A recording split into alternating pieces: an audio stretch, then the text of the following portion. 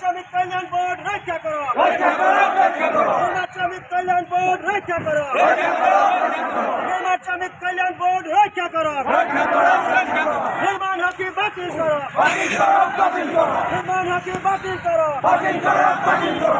শ্রমিক কল্যাণ বোর্ড রক্ষা করো, শ্রমিক কল্যাণ বোর্ড। আমি অল আসাম কনষ্ট্ৰাকশ্যন ৱৰ্কাৰ্ছ ইউনিয়নে আমি যেতিয়া আন্দোলন কৰিছিলোঁ তেতিয়া সেই সময়ত মুখ্যমন্ত্ৰী তৰুণ গগৈদেৱে আমাৰ ইউনিয়নৰ প্ৰতিনিধিক নিমন্ত্ৰণ জনাই আলোচনা কৰিছিল আৰু সেই যি চাৰিজন আছিলে সেই চাৰিজনৰ ভিতৰত অন্যতম আছিল কমৰেড মুনি মহন্ত, তেখেত মৰিগাঁও বিধানসভা সমষ্টিৰ প্ৰাক্তন বিধায়ক। তেখেতক আমাৰ AITC ৰাজ্যিক সভাপতি হিচাপে বক্তব্য ৰখাৰ কাৰণে অনুৰোধ জনাইছোঁ। শ্রমিক কল্যাণ বোর্ড রক্ষা করো, শ্রমিক কল্যাণ বোর্ড রক্ষা করো,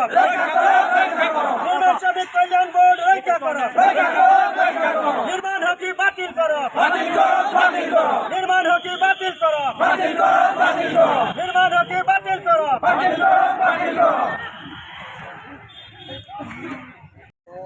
আজি আমি এই আন্দোলন কৰাৰ মূল কাৰণ হৈছে আপোনালোকৰ আগত মই পৰিষ্কাৰভাৱে আমি দিব খুজিছোঁ।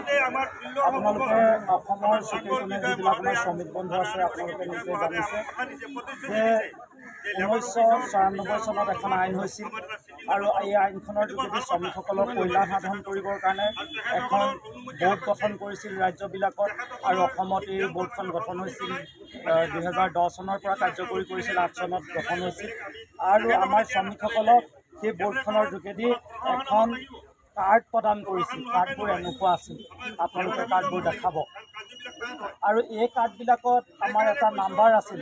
এতিয়া আমাৰ এইখিনি গোলাঘাটৰ হয়, এইখিনি এটা নাম্বাৰটো আছিল ধৰি লওক ABOC WWB/GLG নাম্বাৰটো। কিন্তু আমাৰ এতিয়া গোটেই কথাটো হৈছে যে যোৱা সময়ছোৱাত 10 চনৰ পৰা আমি ইয়াৰ সুবিধাবোৰ পাইছিলোঁ। শ্ৰমিকে পেঞ্চন পাইছিলে, স্কলাৰশ্বিপ পাইছিলে, হস্পিটেলত থাকোঁতে পইচা পাইছিলে, এই গোটেই সুবিধাবোৰ যোৱা সময়ছোৱাত পাইছিলোঁ। কিন্তু এতিয়া এটা নিৰ্দেশনা আহিছে যে অনবৰ্ডিং কৰিব লাগে, তাকো এটা পৰ্টেলৰ যোগেদি। পৰ্টেলটো হৈছে নিৰ্মাণ সখী। আপোনালোকে মোবাইলত বা কম্পিউটাৰত যদি মাৰে নিৰ্মাণ সখী বুলি ওলাব।